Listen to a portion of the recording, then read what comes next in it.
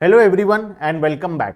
आज के क्लास में हम एक बहुत ही important topic event that have led to introduction of GST in India, या फिर जिसको हम बोलेंगे process of introduction of GST in India के बारे में बात करेंगे।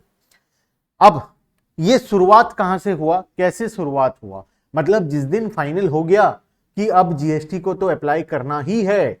मतलब मैं वो बात नहीं कर रहा हूं कि जीएसटी कहां से आया, कैसे आया, वो तो हम जेनेसिस और जीएसटी के टॉपिक में देखेंगे, ठीक है।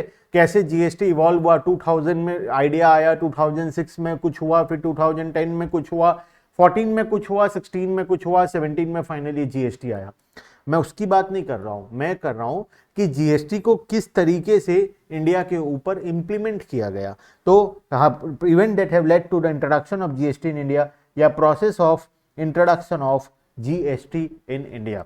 देखो, सबसे पहला the constitutional amendment were made so as to empower the constitution to implement the GST।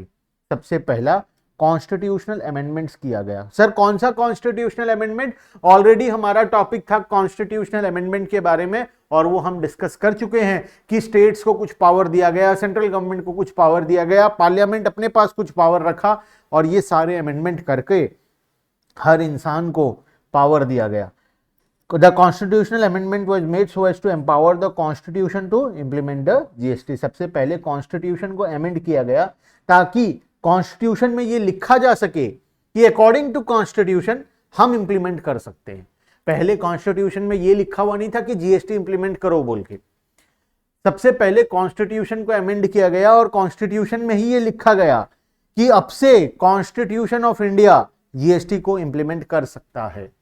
जब ये लिखा गया फिर कॉन्स्टिट्यूशन ने इंप्लीमेंट करना शुरू किया। Then the GST statutes was form.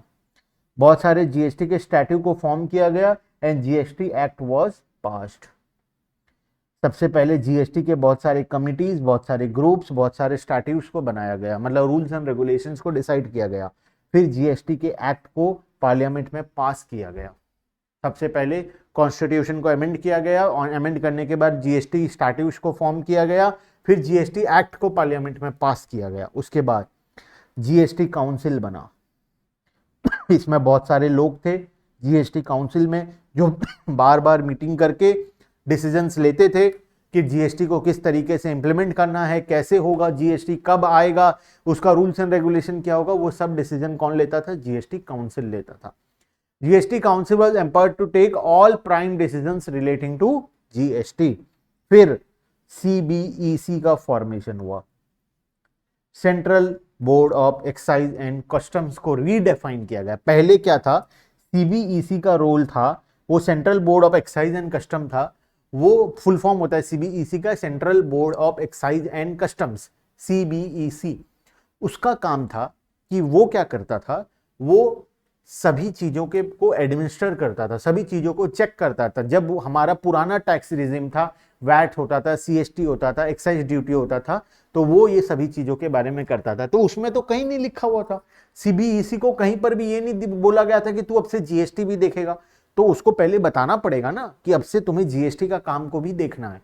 तो सीबीईसी के रोल को रीडिफाइन किया गया। वो उसका जो रोल था उसको चेंज किया गया और उसको समझाया गया कि अब से तू जीएसटी का काम को भी देखेगा। तो सीबीईसी का रोल को रीडिफाइन किया गया।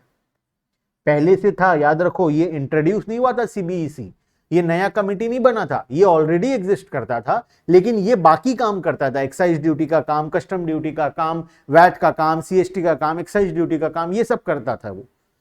लेकिन वहां पर लिखा तो नहीं था कि उसको जीएसटी का भी काम करना है। जिस दिन जीएसटी आएगा तो सीबीईसी बोल देता, हाँ मुझे कौन बोला जीएसटी का काम करने के लिए, मैं तो नहीं करूंगा, मेरे रूल्स एंड रेगुलेशन, मेरे रूल्स में कहीं नहीं लिखा है कि मुझे जीएसटी का काम भी करना है, पहले लिखो फिर मैं करूंगा। तो उसके रोल्स को रीडिफाइन किया गया, वहां पर लिखा गया कि सीबीईसी अब से जीएसटी के काम को भी देखेगा।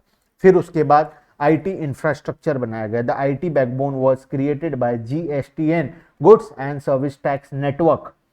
Goods and service tax network पूरे इंफ्रास्ट्रक्चर को बनाया, मतलब वेबसाइट को डिजाइन किया, उसके सारे फॉर्म्स को डिजाइन किया। हम जितने भी जीएसटी रिटर्न्स भरते हैं, रिटर्न्स का फॉर्मेट, फॉर्म्स, सब कुछ डिजाइन किया।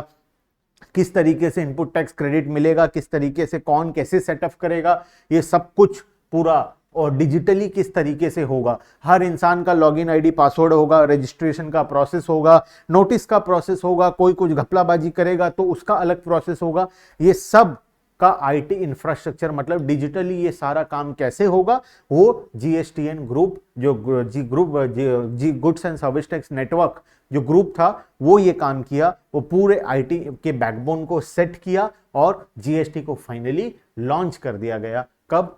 1 जुलाई 2017 को। बात समझ में आया? हाँ। तो ये था पूरा प्रोसेस हमारे जीएसटी के इंट्रोडक्शन का।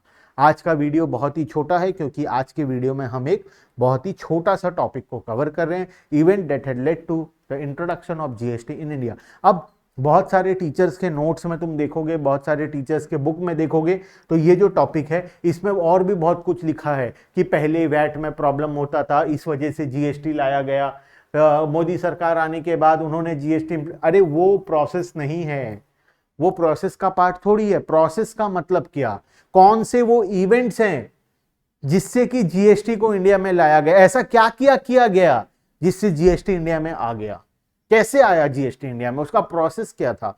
तो एक्चुअल प्रोसेस उसका ये है। सबसे पहले कॉन्स्टिट्यूशन को अमेंड किया गया, कॉन्स्टिट्यूशन में लिखा गया कि अब से कॉन्स्टिट्यूशन जीएसटी को इंप्लीमेंट कर सकता है। उसके बाद जीएसटी के स्टैट्यूट को फॉर्म किया गया, जीएसटी के एक्ट को पार्लियामेंट में पास किया गया। फिर जीएसटी काउंसिल का फॉर्मेशन हुआ जो कि सारे डिसीजंस लेता था। फिर सीबीईसी के रोल को रीडिफाइन किया गया और उसमें इंक्लूड किया गया कि अब से सीबीईसी जीएसटी के काम को भी देखेगा। और फाइनली आईटी के बैकबोन मतलब वेबसाइट्स वगैरह सब डिजाइन करके, फॉर्म्स वगैरह डिजाइन करके कौन लेकर आया, goods and service tax network, ये काम किया और फाइनली जीएसटी को लॉन्च कर दिया गया 1 जुलाई 2017 को। ठीक है, चलो तो आज की वीडियो में इतना ही। नेक्स्ट क्लास में हम आगे का टॉपिक को कंटिन्यू करेंगे।